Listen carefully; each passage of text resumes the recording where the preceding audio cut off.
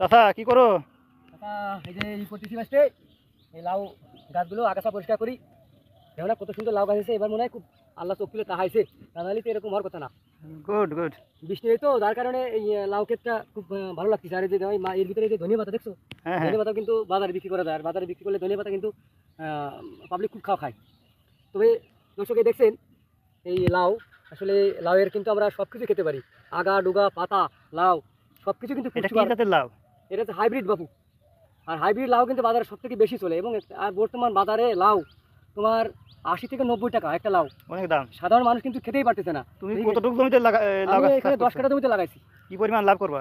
আশা করি এবার এই জমি থেকে আমি লাউয়ের যে দাম বর্তমান তাতে 30 থেকে 40 হাজার টাকা তো পাবোই। এত টাকা? এত টাকা মানে আরো বেশি হওয়ার কথা, যদি একটু ফলন ভালো হয়, বৃষ্টিপাত লাভ হয়, তাহলে আরো বেশি হবে। এত লাউ চাষ করা খুবই লাভজনক একটা। হ্যাঁ, লাউ চাষ যারা করে তারাই জানে আসলে যদি বৃষ্টিপাত লাভ হয় তাহলে লাউ চাষের জন্য খুব একটা গুরুত্বপূর্ণ বিষয়।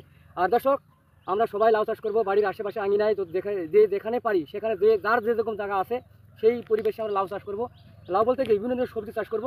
সবজি আমাদের দেশের ঘাটতি পূরণ করবে এবং পরিবারের সবজির ঘাটতি পূরণ করবে। এক্ষেত্রে আমরা একটা ছেলে বা মেয়ে আছে, তার পড়াশোনা করেও চালাতে পারি। এই ফার্মিং বিষয় এক কথায় বলি আমরা কৃষিকাজ বা এগ্রিকালচার, এই কৃষিকাজটা আমরা যদি করি সঠিকভাবে তাহলে আমাদের অবশ্যই লাভ হবে এবং দেশের লাভে অর্থনৈতিক উন্নতি হবে। সেক্ষেত্রে আমরা লাউ চাষ করব এবং এই লাউয়ের আগা ডুগা বাজারে বিক্রি করব এবং লাউ তো বিক্রি করবই। তবে ধন্যবাদ সবাইকে, আমার জন্য দোয়া করবেন, এসব ফসলের জন্য দোয়া করবেন।